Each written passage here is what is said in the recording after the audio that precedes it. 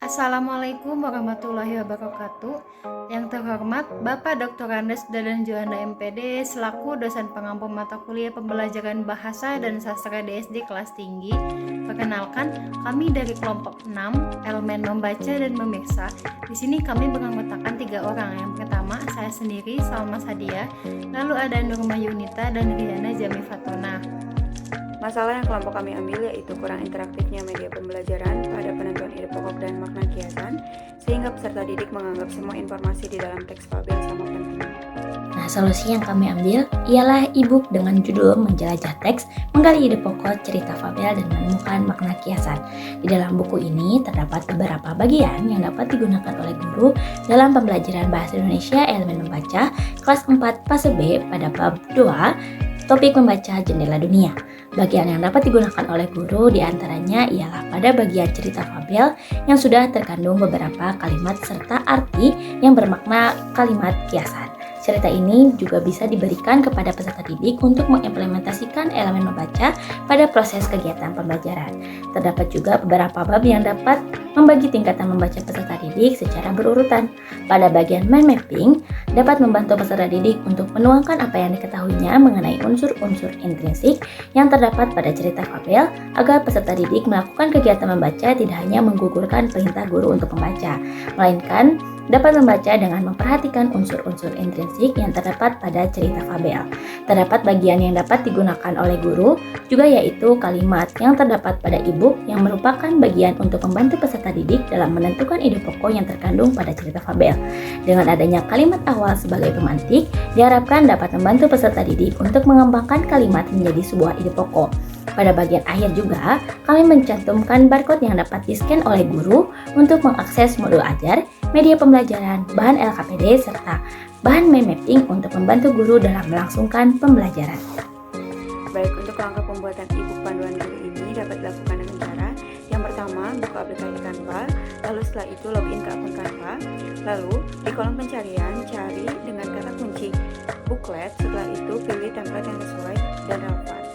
Baik, untuk langkah selanjutnya yaitu buat halaman cover, di mana biasanya terdiri dari judul dan tambahkan elemen-elemen relevan yang menarik. Lalu rancang setiap halaman sesuai dengan daftar isi.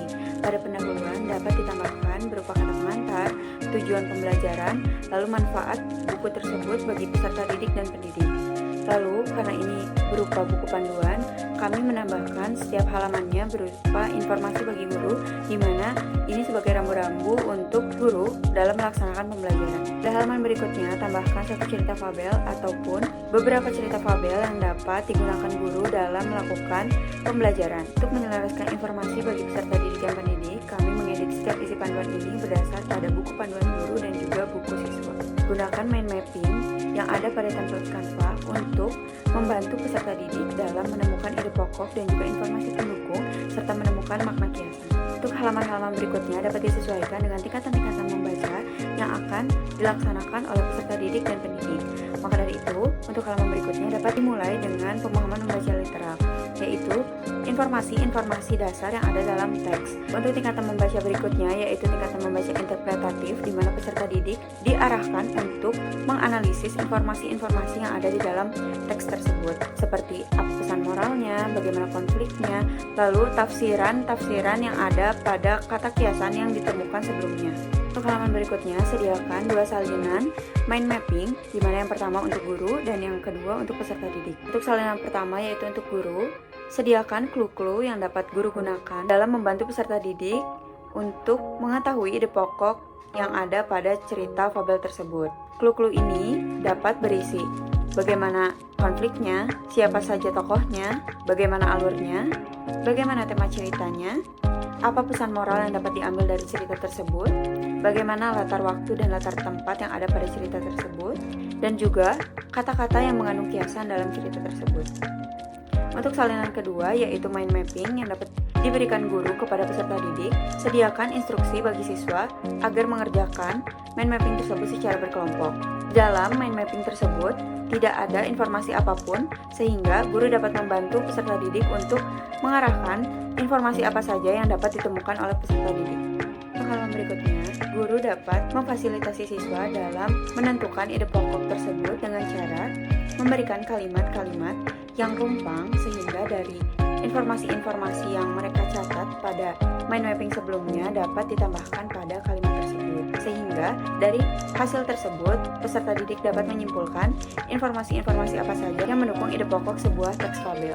Lalu pada halaman berikutnya, sediakan instruksi bagi siswa untuk mempresentasikan hasil diskusinya. Adapun langkah penggunaan e-book panduan guru yaitu yang pertama, survei materi.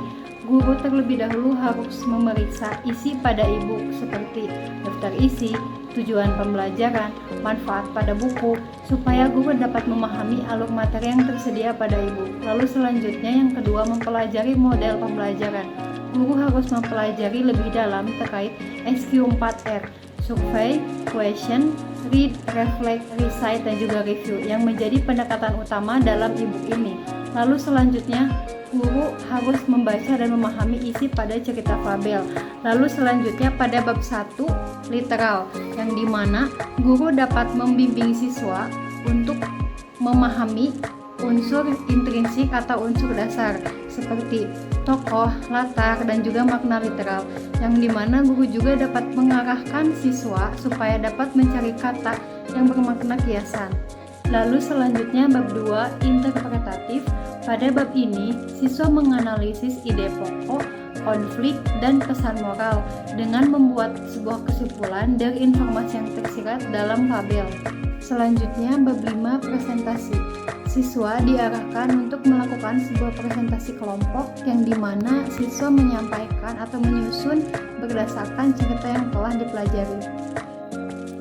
Kesimpulan dari video ini ialah e-book yang kami buat diharapkan dapat membimbing guru untuk mengimplementasikan pembelajaran bahasa Indonesia dan membaca pas 4 sekolah dasar. Hal ini ditunjukkan dengan adanya pembagian bab pada buku yang diharapkan dapat membantu guru untuk menerapkan tingkatan membaca agar peserta didik mampu membaca bukan hanya sekedar memenuhi tugasnya untuk membaca tanpa memahami isi dari cerita fabel, melainkan membaca dengan memahami serta mengetahui unsur-unsur yang terkandung terkhusus dalam menentukan ide pokok dalam cerita fabel. Semoga e-book ini dapat membantu guru serta peserta didik di dalam proses pembelajarannya. Cukup sekian yang dapat kami sampaikan, kurang lebihnya mohon maaf. Wassalamualaikum warahmatullahi wabarakatuh.